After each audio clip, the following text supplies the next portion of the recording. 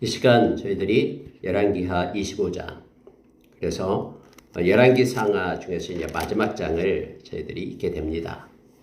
여러분, 마지막이 아름답게 끝났다면 얼마나 좋았겠습니까만 25장 마지막은 하나님의 심판으로 끝나게 됨을 보게 됩니다.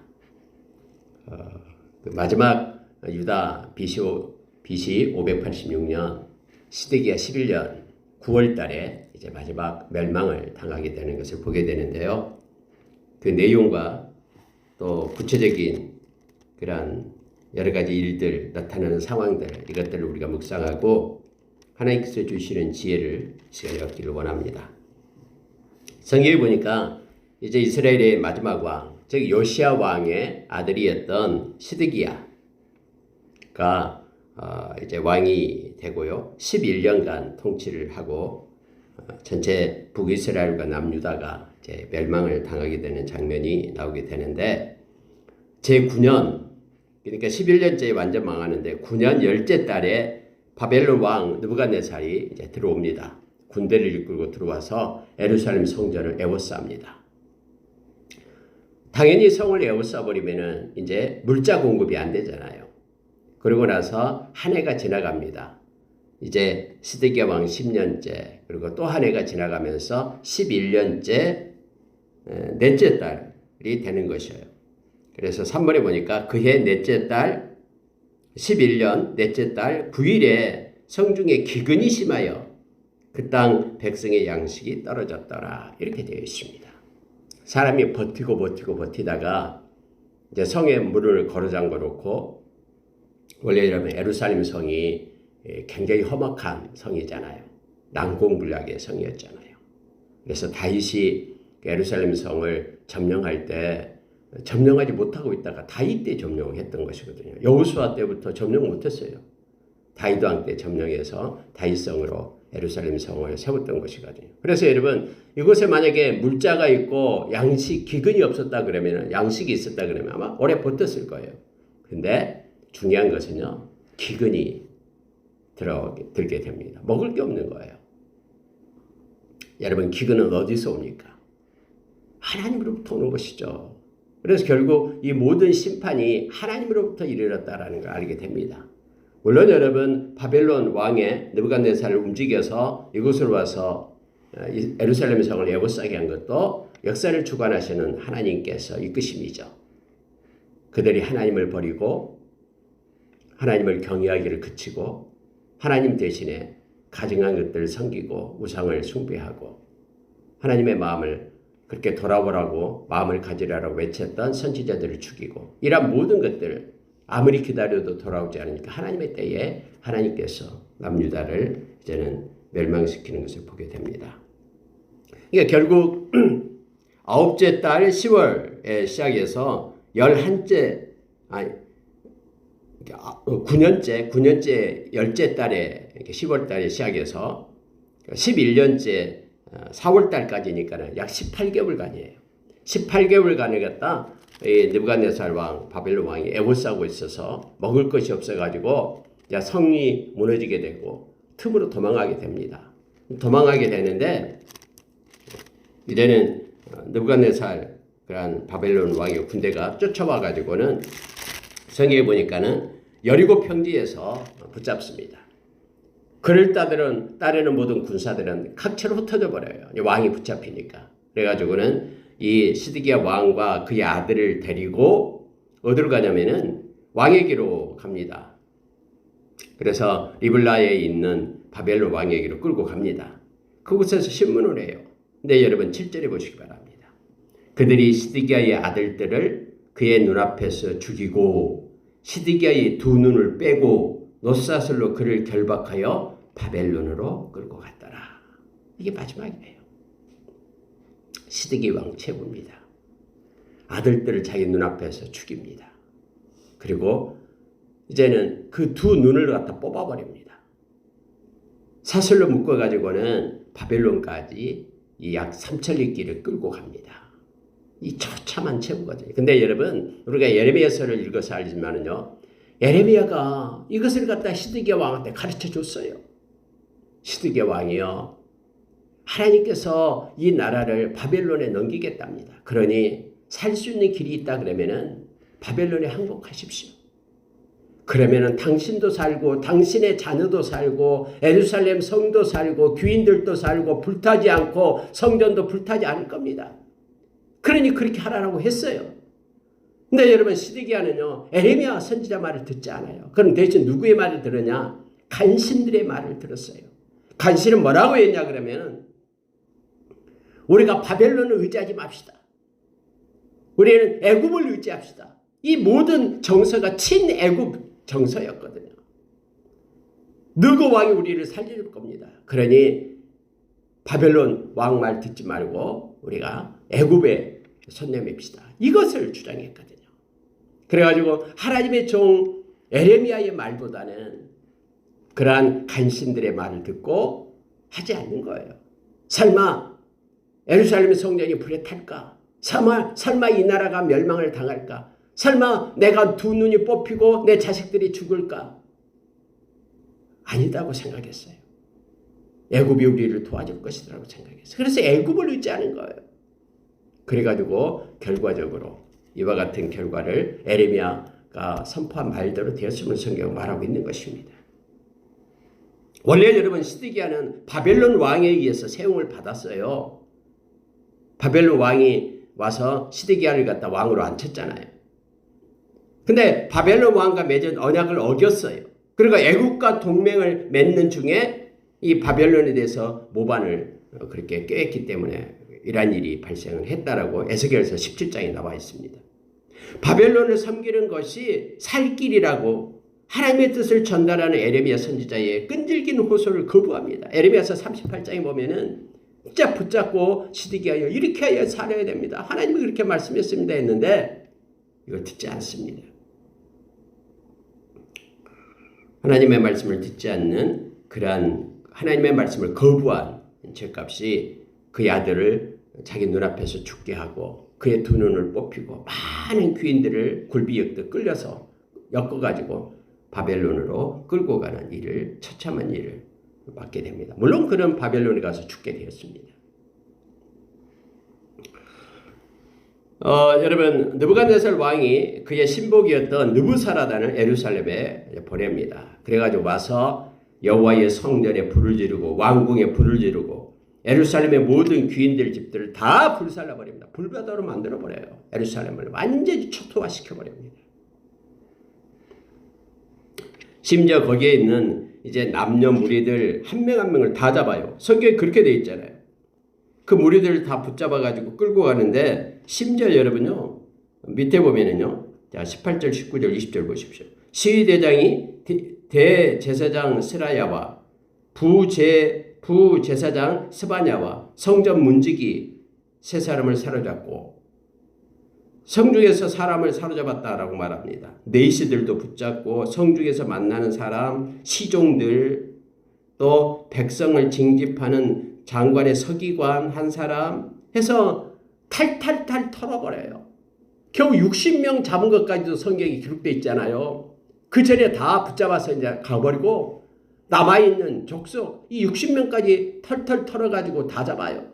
그리고 그를 끌고 가요. 성경에 보니 21절에 바벨론 왕이 하마드 왕 리블라에서 다 쳐 죽였더라. 이렇게 되어 있잖아요.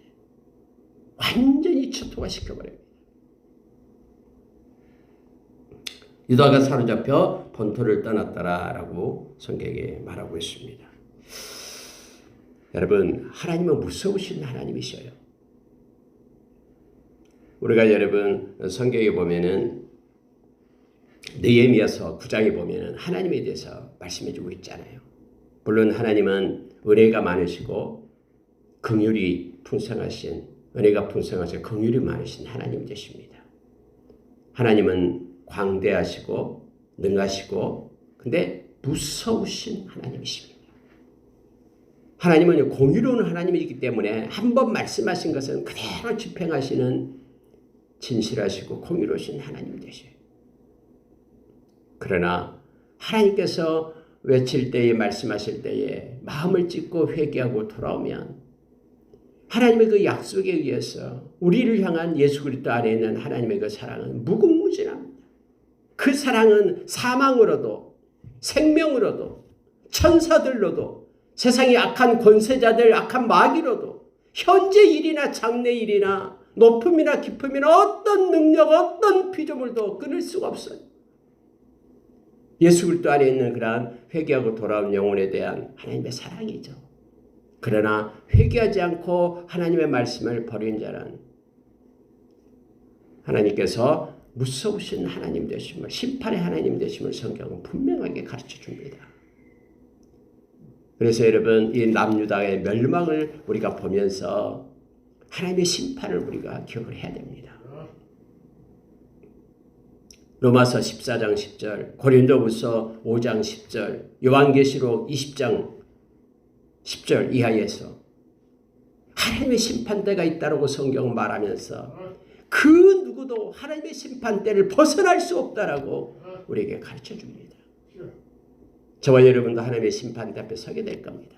근데 저와 여러분은 예수의 보혈로 인하여 우리의 죄가 깨끗하게 사하여지고 예수의 생명을 가진 생명책의 기록됨으로 인하여 구원 얻는 자가 되고 이 땅에서 선을 행하는 모든 것들은 하나님으로부터 상을 받게 될 겁니다. 그러나 예수의 생명이 없는 이들은 다 불못에 던져진다라고 성경은 말하고 있습니다. 히브리서 9장 27절에서 한 번 죽는 것은 정해져 있고 이후에는 심판이 있다라고 모든 사람에게 해당되는 것을 말하고 있습니다. 요한복음 5장 24절에서는 예수 믿는 저와 여러분은 사망의 자리에서 생명의 자리로 옮겨졌다라고 우리에게 하나님의 은혜를 가르쳐주고 주님의 십자가의 그 은혜가 얼마나 큰지를 깨닫게 합니다.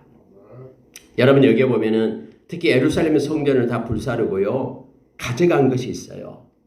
물론 성전에 있는 금과 은은 다 이미 벗겨가 버리고요 다 가져가 버렸어요. 성전에 있는 여러 가지 그릇들, 예배할 때 제사 드릴 때 쓰는 그릇들도 다 가져갑니다. 심지어 성전 앞에 세워놨던 두 기둥이 있잖아요. 두 기둥, 야긴과 보아스라는 기둥이 있잖아요. 이 기둥은 녹기둥으로 되어 있거든요. 근데 이 두 기둥을 갖다 기둥과 바다와 받침들을 다 가져갑니다. 이 녹까지도 다 가져가 버리는 거예요. 근데 놋의 무게를 헤아릴 수가 없었다. 그 녹 기둥의 높이가 18규빗이고 꼭대기 놋 머리가 있는 것이 3규빗이고 그 둘린 그물과 석류를 다 놓으시라. 그래서 모든 그것도 놋도 다 벗겨서 다 가져갔다라는 거예요. 싣고 가버렸어요. 근데 왜 성경은 이것을 기록해 놓을까요? 여러분 성전은 하나님이 계시던 곳이었잖아요. 근데 왜 성전이 불타도록 내버려 뒀을까요? 이 녹기둥의 의미를 기억을 하라는 거예요. 성경은. 녹기둥이 하나는 야긴이잖아요. 야긴은 뭡니까? 그가 세우신다. 또 하나는 보아스잖아요. 보아스는 그의 능력으로. 하나님의 능력으로 하나님이 세운다. 이 성전은 하나님이 지키신다. 성전에 와서 예배하는 자는 하나님이 지키신다라고 녹기둥 두 기둥을 세워놨잖아요.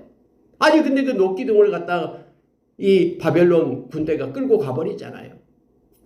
여러분 이미 하나님께서 그 성전을 떠났기 때문에 그래요. 아니 하나님이 없는 성전은 그게 무슨 성전입니까? 하나님께서 이미 떠났다라고 성경은 말해주고 있잖아요. 솔로몬이 아무리 아름답게 7년에 걸쳐서 18만 3천 명을 동원해가지고 지은 성전이지만 하나님은 말씀했잖아요. 너희들이 나를 버리면 말씀을 떠나면 내가 이거 던져버리겠다. 그들이 성전에서 온갖 죄를 다 저질렀잖아요. 성전 앞마당에 1월 성신을 섬긴 제단을 쌓고 아세라 바울의 제단을 쌓고 심지어 여러분 남창의 집을 만들고 또 그곳에서 아세라 신을 위하여 여자들을 데려다가 그를 둘을 휘장을 짜고 있고 음란한 짓을 행하고 온통 이 성전 안에서 악한 짓을 다하니 하나님이 이거 던지지 않겠습니까? 하나님의 능력으로 보아스 이것을 세우리라. 하나님이 세우리라. 야긴 이 두 녹기둥 뭔 필요가 있습니까? 하나님을 안 섬기는데. 그래서 하나님이 에스겔에서 보면은 이미 떠나버립니다. 그곳을요. 에스겔서 10장 18절에 보면은 하나님이 성전을 떠났다라고 말합니다. 근데 하나님이 떠나버리면요, 이것은 아무런 의미가 없어요. 교회도 마찬가지입니다. 이 교회 건물도 우리 주님이 머리가 되시잖아요. 주님이 없는 것은 교회가 아니죠. 아무리 아름답게 꾸며도 이건 아무것도 아니에요. 아무리 저 험한 삭막한 곳에 광야에 가 있다 해도 그곳에 주님이 계시면 그곳이 천국이고 그것이 안전한 지대임을 성경 우리에게 가르쳐주죠. 그래서 이 모든 녹기둥까지도 다 빼가지고 가버립니다. 그리고 이제 그 땅에는 바벨론 왕이 그달리아를 세워둡니다. 이제 임시 다스리라라고 총독으로 그달리아를 세워요. 그러니까 그달리아가 이제 있다라고 하니까 도망쳤던 사람들이 막 몰려오기 시작하죠. 그래가지고 성경이 25절에 보니까 7월에 왕족 엘리사마의 손자 느다냐의 아들 이스마엘이 부하 10명을 데리고 와서 그달리아를 또 죽여버립니다. 그리고 또 많은 사람들이 또 와가지고 이제 또 여기 있는 이스마엘을 또 쫓아버리죠. 그래가지고 거기에 남아있는 사람들이 우리는 어떻게 해야 되냐, 다시 또 바벨론 왕이 쳐들어오면 어떻게 하냐, 우리는 죽는다 해서 어디로 도망가자면 애굽으로 내려가게 됩니다. 그 자세한 내용이 에레미야서에 나오고 있으면 보게 됩니다. 에레미야가 그때 애굽으로 가지 마라 라고 얘기했는데 애굽에까지 갑니다. 에레미야도 같이 끌려가게 됨을 알게 됩니다. 말씀을 마치겠습니다. 27절 보십시오. 마지막 부분입니다.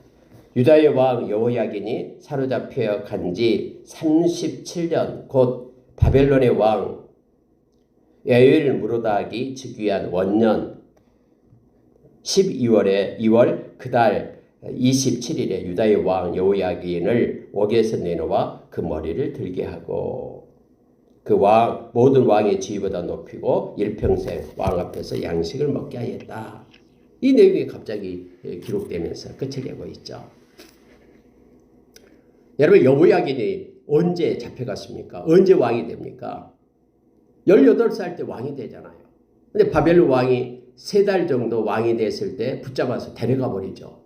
그리고 감옥에다 가둬놨어요. 바벨론 감옥에. 근데 감옥에다 가둬놓은 지가 37년. 37년간을 감옥에 가둬놨어요. 느부갓네살 왕은 이 잔인한 왕이었거든요. 근데 이제 느부갓네살 왕이 죽고 그 다음에 이제 다른 왕, 그다음에 에윌 무로닥이라는 왕이 나타나는데 이 사람이 이제 앞에서 왕이 썼던 정책과 다른 유화 정책을 쓰기 시작해서 그때서 풀려나요. 그럼 그때 나이 몇 살입니까? 55세예요. 55세. 37년간을 18살에 가서 감옥에서 37년간을 살아요. 55세 때 풀려나서 나머지 생 언제 죽었는지 모르지만은 이제 대접을 받았다. 이 내용을 여기다 기록되고 있으면 보게 됩니다. 무슨 얘기냐면요. 바벨론을 끌려가서 이제는 다 멸망하고 이제 유다는 이스라엘 백성 끝났다라고 생각하기 쉽잖아요. 근데 하나님께서는 에레미야를 통해서 70년 후에 하나님께서 다 돌이킬 것이다 라는 걸 말해주고 있죠. 그래서 여러분, 이 열왕기 상하를 작자 누가 썼는지 몰라요. 누가 이걸 썼는지 모르지만 대부분의 신학자들은 에레미야가 썼을 것이다 라고 말합니다. 하나님께서는 나라가 없어져도 하나님의 백성은 살아납니다.